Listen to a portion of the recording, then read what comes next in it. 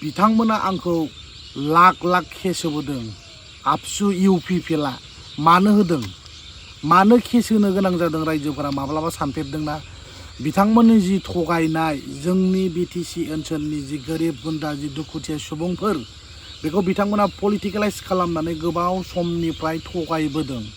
बिथांमोना गोदोनिफ्रायनो थगायबोखादों। जेब्ला प्रमद बर' बिथाङा दुलाराय बर' फरायसा आफादनि प्रेसिडेन्टशिपआव दंमोन, फ्रम दिस टाइम बे समनिफ्रायनो बड'लेण्ड जासिगोन, सेपारेट स्टेट मोनसिगोन होननानै बिथांमोना कन्टिनिउवासलि मुभमेन्ट खालामबोबाय थादोंमोन।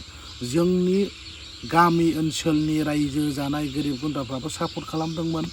सानसे नङा सानसे जोंनि जि सिमां, जि बड'लेण्डनि सिमां, जि मोननांगौ जि मोनथाय आलादा रायजो बेखौ सानसे मोनफुंगोन साननानै गोबां जोंनि रायजो राजाफ्रा सापर्ट खालामदोंमोन। नाथाय फैयै फैयै फैनानै ग्रेजुवेलि जों नुनो मोनबाय प्रमद बर'आ जोंनि रायजो राजाफोरखौ थगायबोदों, आन्दालन खालामनायावबो थगायबोदों आरो उइथिन 5 इयार्सआवबो थगायबाय। जेरैबायदि खामानि जानांगौमोन जायाखै, एकर्डनि दफायानो जेबो इमप्लिमेन्टेसन जायाखै, गासिबो जागोन मावगासिनो दं, इनिसियेटिभ लागासिनो दं होनना बिथांमोना गोबां खोथा बुंबोनानै जोंनि बिटिसि ओनसोलनि रायजो राजाखौ थगायदों। दिस इज भेरि आनफर्चुनेट, लाजिथाव।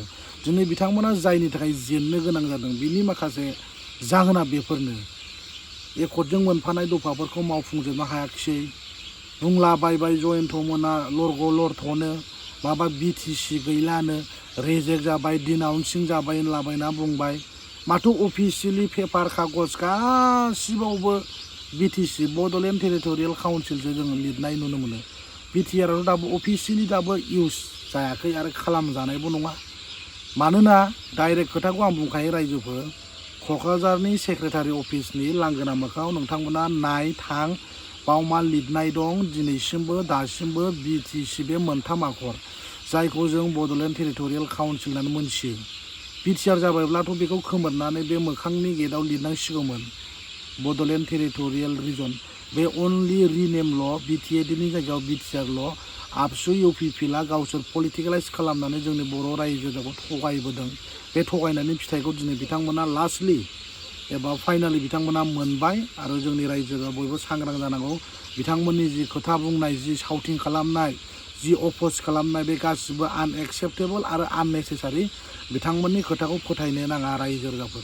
थांनाय 2020 मायथाइनि 27 जानुवारियाव जि एकर्ड जानानै थांबाय एबा बिटिआर एग्रिमेन्ट, इउपिपिएल आबसुनि मानसिफ्रा गोजोन सान्थि सुक्ति जाबाय होननानै गोबां बुंबोदोंमोन। एकर्ड जाखांनायनि उनाव बिथांमोना 6 दाननि गेजेरावनो बिटिआरनि दफाया मावफुंजाजोबगोन आरो उइथिन 6 मान्थ एबा 6 दाननि गेजेराव फाउन्डार अफ इउपिपि रन्जन दैमारि बिथाङाबो जेलनिफ्राय उदां जागोन होननानै बिथांमोना बुंदोंमोन। कन्टिनिउवासलि बिथांमोना इनिसियेटिभ लानानै खामानि मावबोदों होननानै बिथांमोना बुंबाय थादोंमोन। नाथाय फैयै फैयै फैनानै दिनै 5 बोसोर जानानै इउपिपिएल सरकारा जोब्बाय एबा जेनबाय। जेनखांनायनि उनावसो दिनै बिथांमोना एबा आबसु आरो इउपिपिएल एखेखा रायजोफोर, बिथांमोना दिनैसो बिटिआर एग्रिमेन्टनि जि दफा एमअएसआव जि लिरनाय जि क्लसेसफोर दं, बे क्लसेसफोरखौ मावफुंजानांगौनि थाखाय एबा इमप्लिमेन्टेसन खालामनांगौनि थाखाय दुलाराय बर' फरायसा आफादा सोमावसारगोन होननानै बिथांमोना बुंदों। 5 बोसोर बिथांमोना मा खालामनानै थाखो? प्रमद बर'खौ मानो जेबो बुङाखै? बिनि सियाव मानो जेबो धरना, मानो खारज'खुसि मानो लायाखै? गोदो हाग्रामा महिलारि बिथाङा जेब्ला सरकाराव दङमोन बिथांखौ मानो धरना होआमोन? माबा मोनसे फिसा बक्स दामबानो, अबेबा रिजर्टआव माबा मोनसे अकेसन जाबानो बिथांमोना धरना होदोंमोन। सोरबा डिसिनो बिथांमोना कमप्लेन होदों, सोरबा एसपिनो बिथांमोना कमप्लेन होदों। दिनै नोंथांमोना 5 बोसोराव मा मावनानै थाखो?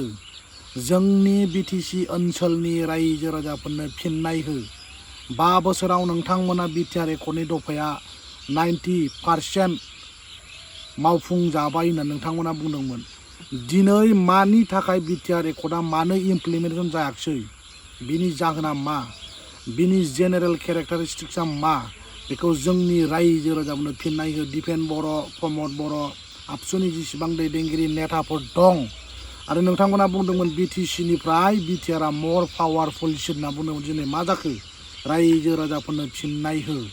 बिथांमोना बिटिआर एकर्डजों गोबां पावार फांसन मोननो हाबाय होननानै बिथांमोना बुंबोदोंमोन, नेदोंमोन रायजो राजाफ्रा 5 बोसोरखौ। 5 बोसोरा दिनै आबुं जाबाय, जोब्बाय। इउपिपिएलआ जेनबाय बिटिसि इलेक्सनाव नै दाखालि। दिनैसो जेनखांनायनि उनाव आबसुनि प्रेसिडेन्ट दिपेन बर' बिथाङा एकर्डनि जि दफा, बे दफाया मावफुंजानांगौनि थाखाय धरना होनांगौ होननानै बिटिआर एकर्डनि दफाखौ मावफुंनांगौनि थाखाय बिथांमोना धरना होनायनि खोथा बुंदों, आन्दलन खालामनायनि खोथा बुंदों। धरना होनानै बा आन्दलन खालामनानै बबेबा मोनसे एकर्डनि जि दफा एबा एमअएसआव लिरनाय बे मालाबाबो साक्सेस जाया। नोंथांमोना सरकाराव थानाय टाइमावनो एबा समावनो बिनि सायाव मोजां इनिसियेटिभ लानानै खामानि मावनो हायाखै। दिनै सरकार बायखांनायनि उनावसो दिनै बिटिआर एकर्डनि दफा मावफुंनांगौनि थाखाय आन्दलन खालामनांगौ मानांगौ, बेफोर गासिबो politics. This is what kind of politics mister Dipen Bodo'?